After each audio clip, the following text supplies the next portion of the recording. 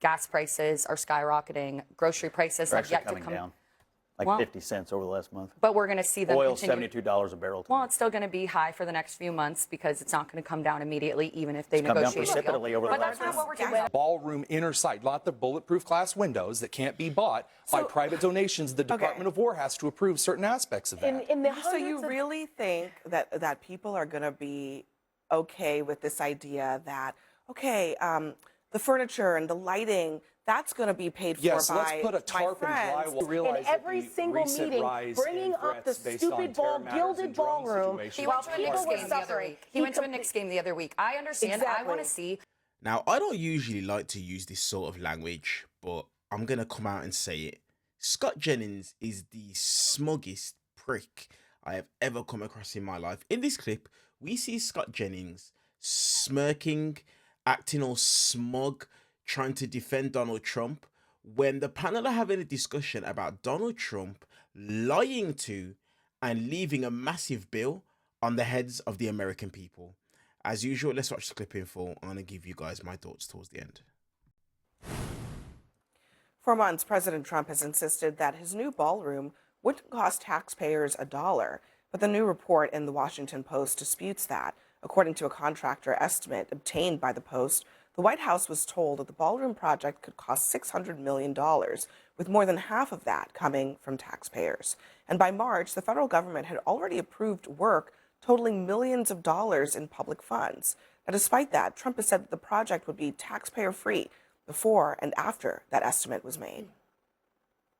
We have no taxes. This is taxpayer-free. We have no taxpayer putting up 10 cents. We did this no charge to the taxpayer whatsoever. And I'm paying for it.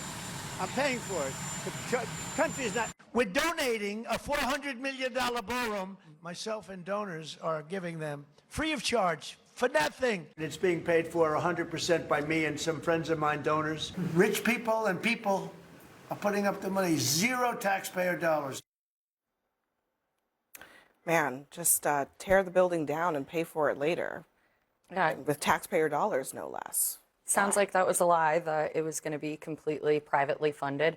And my question then is, why isn't Trump the one fronting the money? If it's going to cost $300 million for taxpayers and he's going to stick us with the bill, I don't understand why a man worth $7 billion who has seen a $3 billion gain in the last year because he's profiting off the presidency can't be the one to foot the bill in a time when so many Americans are struggling. It's just completely out of touch and elitist. And I will note, though, there is a need for an upgraded space at the White House to host events. I'm not willing to dispute that. I just think that the way that he has gone about this and messaged it is completely out of touch. I mean, so many people are struggling right now, and at a time when gas prices are skyrocketing, grocery prices have yet to come down. Like 50 cents over the last month. But we're going to see them Oil's continue. $72 a barrel. Well, it's still going to be high for the next few months because it's not going to come down immediately, even if they negotiate. Come down precipitously over the but last that's not what we're gas doing. We're prices talking about are high. the I know it's a great talking point. Listen, I don't think we should. We're talking gas about, prices are high. I know you want to talk about that right now, and not talk about Trump lying about the I'll address your exact point. But why can't he honor his promise that it would be privately funded? What Sarah's talking about, because again, this is about a year, or maybe less than a year, after a whole bunch of talk about government waste, fraud, and abuse, about things that are being spent on taxpayer dime that shouldn't have been spent there, about a lack of oversight, about pet projects by partisans. How does this not count as that when there's a clear lack of transparency on this issue of Trump wanting to create a ballroom really for his own vanity? So to answer her question and to then your build on point there, because again, answering the direct point that she made, said it would be really kind of weird for the administration to do a big, huge, man, we're going to pay for it all and then turn around with all of these rich people and rug pull the American people. Here's the issue, though. In the Senate bill itself, and I know because I read the entire bill, kind of a cool thing you can do. In the bill, it said you cannot use any of these funds for the ballroom style furnishings in the middle of the building. There are security expenses above. You can raise the eyebrows, but in this case, do you not agree that after the drone terror planning over the weekend, there should be defenses on top of the White House? You're actually disputing a completely different thing. So the Did first the contract report only center on the main ballroom? That Senate money, that congressional money, is no longer. They're not doing it. It's not in the bill. Right. So the second thing is, Trump said this would be $300 million paid for by him and his friends. it turns out that's only half of the money. The other half of the money is coming from the taxpayers. How do you explain that? Again, so the President of the United States made it clear that the inside of the ballroom stuff, like the actual ballroom inner side, not the bulletproof glass windows that can't be bought by private donations, the Department of War has to approve certain aspects of that. So you really think that people are going to be okay with this idea that, okay, the furniture and the lighting, that's going to be paid for yes, by let's put a tarp and friends, drywall for the defenses on top of the White House. But hold on, but everything else will be paid for by you, and we just won't tell you.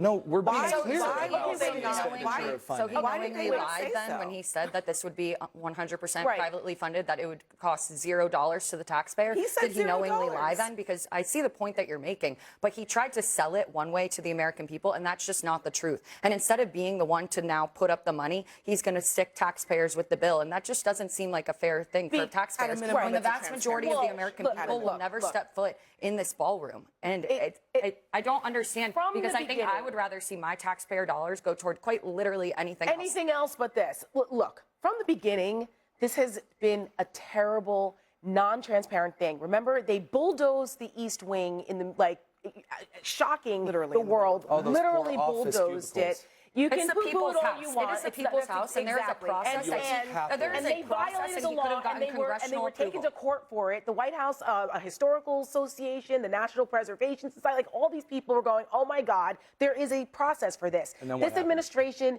completely bypassed completely that bypassed process it. because he said, "I'm going to do what I want to do. Come after me later." So now you have this despicable hole in the ground on the White House lawn, and they're going, "Well, it's not going to cost you anything. No. It's going to cost $200 million. Then it was $400 million because he doubled the size." This whole BS about the drone port on the top and all that came months later after Trump was obsessed with You this do realize in that every the single recent meeting, rise bringing in up the threats based on stupid terror matters gilded and drone ballroom situations He while went to a people Knicks were game the other suffering. week. He went to a Knicks game the other week. I understand. I want Exactly. to see the first family and the president be safe. Of course, I pray for their safety. That is something we can all agree on at this table. But it is disingenuous to say that that is the reason for this ballroom. He initially wanted it for a vanity project. correct. And yes, I agree. There is a heightened threat against him, and that is something that we They need to didn't be have to- cognizant you of. said- But then he do shouldn't it be this way. going to Realize Knicks that games. He MSG shouldn't be is different than hosting hosting a Fourth of Dignitary He shouldn't be Award hosting a at the 4th of White July House. rally. Two different He things. shouldn't be doing those things. These are then. red herrings. You said you want them to be safe, but you also said you want your tax dollars to go for anything else other than this. The Other truth than a is- ballroom. The truth, And the bunker below it. The truth is, You were there's forgetting the was- fact that that is part of the project according to the Washington That he Post. never brings that up. Finish his thought. There's Go two ahead. parts to the project. There's the social space, which I think you acknowledged is needed, and now they're going to have But to he build could have that. gone And through then the there- proper and then there process to is- get it approved. Then there is the security space. I read the Washington Post reporting on this tonight. 3 experts who reviewed the documents related to the project said it was appropriate for the Secret Service and the White House Military Office to pay for parts of the project that fall within their mission. Oh, Nobody's the arguing mission that. is keep the first family and the White House Scott, safe. Where is the telling the truth part to the American Right. public? That's the issue. Yeah. Is that when Trump says, "I'm initiating this project and it's not going to cost you anything," and then it ends up costing $300 million of taxpayer funds, that's being deceptive. I think they should tell the American people every single dollar that's going into this, private and public, and I think they ought to tell the American people exactly why and how this is going to be the most secure building in Washington, D.C., because that's what we deserve. You know what? It- That's it something has that they been the should most- have done from the beginning. a year ago. That's right. Before they tore That's right. a brick off of that building, because actually, and Tara But we can talked do about both. this. You know, in the litigation that's ongoing about this, one of the big issues is that that's in the plain text of the law that they do have to go to Congress That's right. to authorize major projects at the White House. And they did not do that. So they're going to have to answer for why they defied the law and then are trying to spend $300 million in taxpayer funds without authorization from Congress.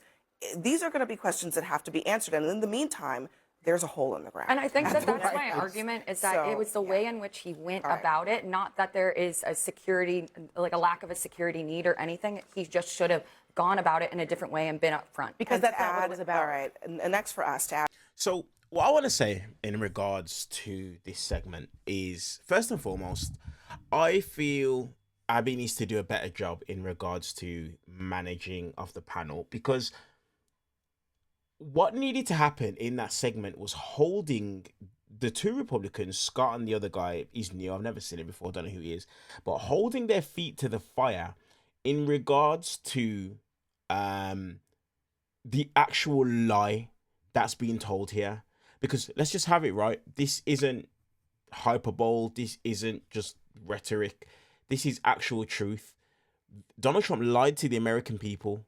He did. He lied to the American people. Now, Scott and the other guy, they want to try and play semantics, want to try and play on words and stuff like that. But the reality is this: Donald Trump promised that him and all of his rich friends, they are going to be donating a ballroom to the United States. And the promise was also made that it will be zero taxpayer funds would go towards this. But the reality of the situation is neither of those things are true. Yes, some people have donated some money, but guess what? It's also going to have a bill that's going to fall on the taxpayer. Now, once again, the fact, and I think Sarah said it in the clip, the fact that it is that in a time where Americans are struggling to put food on the table, where Americans are struggling to put gas in their car, they're struggling to be able to go to the grocery store and buy groceries. The fact that he has put a bill that's going to be left on taxpayers' heads at a time like this just shows how out of touch this guy actually is. It genuinely shows how out of touch Donald Trump actually is. And it's something that everybody should be kind of, well, I can't even say be kind of worried about at this point, because the reality is this is Donald Trump and no one cares. But the fact that it is that both Republicans on the panel are still going to sit there and try and justify and defend what Donald Trump is doing speaks volumes. And I'll end it with this point. Scott Jennings is a smug little prick. He is. And the fact that it is that he is sitting there smirking about the fact that she may have got a figure wrong when it comes to the price of oil with his smug little smirk. Honestly, I think he's the worst of the worst, genuinely. And that's the reason as to why people like Adam Muckler, people like a Charles Blow, we need people like that sitting next to Scott Jennings every time he's on the panel to hold his feet to the fire. Because there's a saying that my Caribbean grandmother used to say as we was growing up. And the saying is, Duppy knows who he frighten.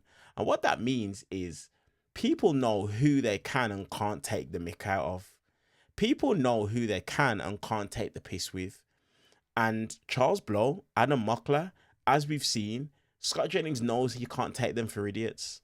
That's the reason as to why when Charles Blow's on the show, he humbles himself. But when Adam Muckler's on the show, he loses his head and threatens pretty much a young man. Let me know your guys' thoughts down in the comment section below.